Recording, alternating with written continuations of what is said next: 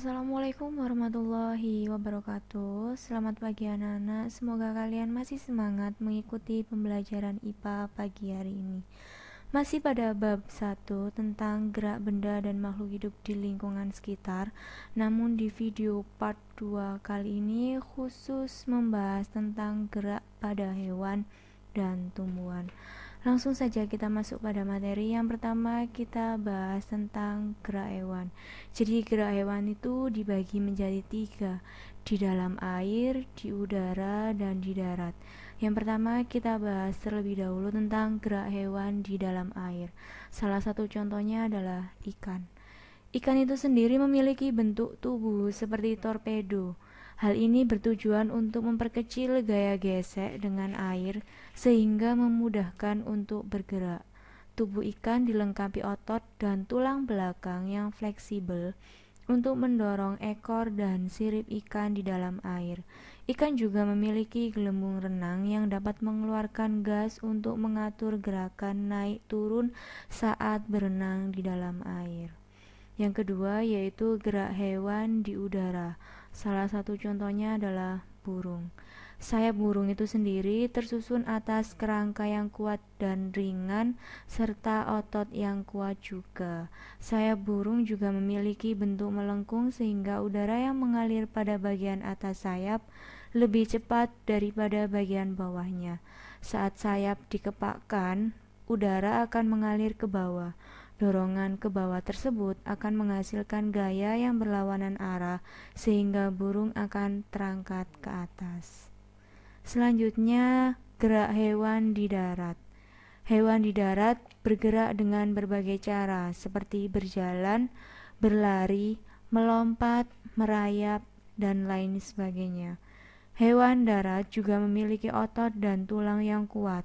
Otot dan tulang tersebut digunakan untuk mengatasi inersia dan menyimpan energi pegas sehingga dapat melakukan berbagai aktivitas. Kecepatan gerak hewan yang berbeda-beda dipengaruhi oleh perbedaan struktur tulang dan otot hewan tersebut. Next, kita lanjut pada sistem gerak pada tumbuhan. Jadi sistem gerak pada tumbuhan itu dibagi menjadi 3. Ada gerak higroskopis, gerak esionom, dan gerak endonom. Untuk gerak esionom sendiri juga dibagi menjadi 3. Ada gerak nasti, gerak tropisme, dan gerak taksis. Untuk gerak nasti sendiri dibagi menjadi 7. Ada fotonasti, seismonasti, niktinasti, termonasti, kemonasti, hidronasti, dan nasti kompleks. Untuk gerak tropisme dibagi menjadi 5. Ada fototropisme, geotropisme, tikmotropisme, hidrotropisme, dan kemotropisme. Untuk gerak taksis dibagi menjadi 2. Ada fototaksis dan kemotaksis. Oke, yang pertama kita bahas tentang gerak endonom. Jadi gerak endonom merupakan gerak tumbuhan yang rangsangannya berasal dari dalam tumbuhan itu sendiri. Contohnya gerak aliran sitoplasma pada tanaman Hydrilla verticillata. Jadi gambar ini merupakan gambar tanaman Hydrilla dan sitoplasmanya itu berada pada daun hidrilla. Jadi di daunnya itu terdapat gerak aliran sitoplasma dan gerakannya disebut sebagai gerak endonom. Selanjutnya gerak higroskopis. Jadi gerak higroskopis merupakan gerak tumbuhan karena adanya perubahan kadar air. Contohnya pecahnya kulit buah polong-polongan yang sudah tua seperti kacang kedelai. Jadi gambar di samping merupakan pecahnya kulit buah polong-polongan akibat perubahan kadar air yang semakin menurun. Jadi ketika kadar air semakin menurun, maka tanaman tersebut akan mengering dan kulit buah polong-polongan akan pecah. Terlihat seperti gambar di samping. Oke, selanjutnya gerak esionom. Jadi gerak esionom itu merupakan gerak tumbuhan karena adanya rangsangan dari luar tumbuhan. Gerak esionom dibagi menjadi 3, ada gerak tropisme, gerak nasti, dan gerak taksis. Yang pertama kita bahas tentang gerak tropisme. Jadi gerak tropisme merupakan gerak tumbuhan yang dipengaruhi oleh arah datangnya rangsangan. Jadi di sini yang disebut sebagai rangsangan itu bisa berupa cahaya, air, dan lain sebagainya.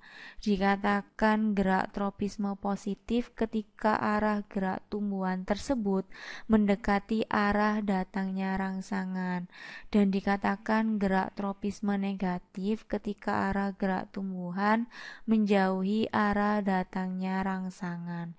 Gerak tropisme dibagi menjadi 5, ada fototropisme, geotropisme, hidrotropisme, tikmotropisme, dan kemotropisme.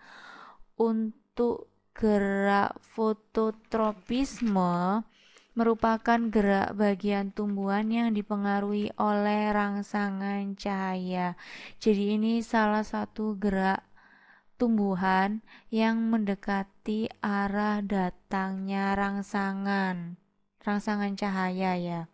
Untuk yang kedua yaitu gerak geotropisme. Jadi gerak geotropisme merupakan gerakan bagian tumbuhan karena pengaruh gravitasi atau gaya tarik bumi. Coba kalian perhatikan gambar tanaman ini. Jadi pada tanaman tersebut, arah pertumbuhan akar selalu mengarah ke bawah karena pengaruh gravitasi atau gaya tarik bumi. Selanjutnya, gerak hidrotropisme. Jadi gerak hidrotropisme itu merupakan gerak bagian tumbuhan karena adanya rangsangan berupa air. Coba kalian perhatikan gambar ini. Jadi di gambar ini akar pada tanaman tersebut mengarah pada sumber air.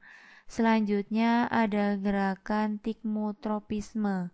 Tikmotropisme merupakan gerak tropisme yang diakibatkan oleh rangsangan berupa sentuhan dengan rambatannya, baik berupa benda mati atau karena tumbuhan lain. Contohnya seperti pada gambar ini. Jadi di gambar ini terlihat bahwa tumbuhan tersebut mendapatkan rangsangan atau gerakan membelit ujung batang pada tumbuhan lain di gambar ini. Selanjutnya kemotropisme. Jadi kemotropisme merupakan gerak tumbuhan karena rangsangan berupa bahan kimia. Contohnya gambar seperti ini. Jadi ini merupakan gerak bulu serbuk menuju sel telur yang dipengaruhi oleh zat kimia yang dikeluarkan oleh bakal buah. Selanjutnya gerak nasti. Gerak nasti merupakan gerak tumbuhan yang arah geraknya tidak dipengaruhi oleh arah datangnya rangsangan. Jadi yang pertama ada fotonasti, termonasti, seismonasti, niktinasti, kemonasti, hidronasti, dan nasti kompleks. Coba perhatikan gambar yang pertama. Jadi ini adalah salah satu gerak fotonasti, yaitu gerak nasti yang disebabkan oleh rangsangan cahaya. Namun gerakannya tidak dipengaruhi oleh arah datangnya rangsangan. Ini contohnya mekarnya bunga pukul 4 pada sore hari akibat rangsangan cahaya. Yang kedua ada gerak termonasti. Jadi gerak termonasti merupakan gerak nasti tumbuhan yang dipengaruhi oleh rangsangan yang berupa suhu. Contohnya seperti bunga tulip yang selalu mekar di musim semi. Selanjutnya ada seismonasti. Jadi seismonasti itu merupakan gerak nasti tumbuhan yang dipengaruhi oleh getaran atau sentuhan. Contohnya seperti gerak menutupnya daun putri malu saat disentuh. Yang keempat yaitu gerak niktinasti. Jadi niktinasti itu merupakan gerak nasti karena pengaruh gelap.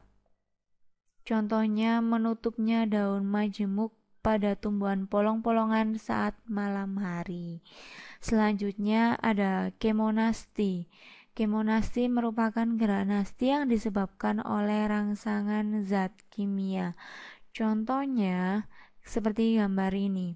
Membukanya mulut daun pada siang hari karena adanya karbon dioksida yang digunakan untuk fotosintesis. Selanjutnya yang keenam ada hidronasti.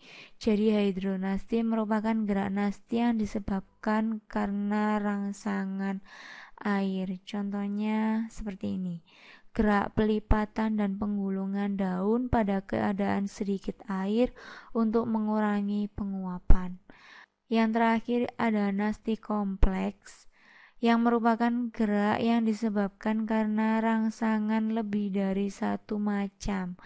Jadi, pada gambar ini, tumbuhan tersebut dipengaruhi oleh beberapa faktor, yaitu cahaya, suhu, zat kimia, dan air. Contohnya, gerakan membuka dan menutupnya stomata karena pengaruh kadar air, cahaya, suhu, dan zat kimia. Selanjutnya ada gerak taksis. Gerak taksis merupakan gerak berpindah tempat yang arahnya dipengaruhi oleh sumber rangsangan. Jadi gerak taksis dibagi menjadi dua, ada fototaksis dan kemotaksis. Fototaksis yaitu gerak taksis karena rangsangan cahaya, contohnya pada gambar ini. Jadi gerak Euglena viridis yang mendekati sumber cahaya. Yang kedua ada kemotaksis, gerakan taksis karena rangsangan kimia. Contohnya gerak spermatozoa ketika membuahi sel telur pada tumbuhan lumut.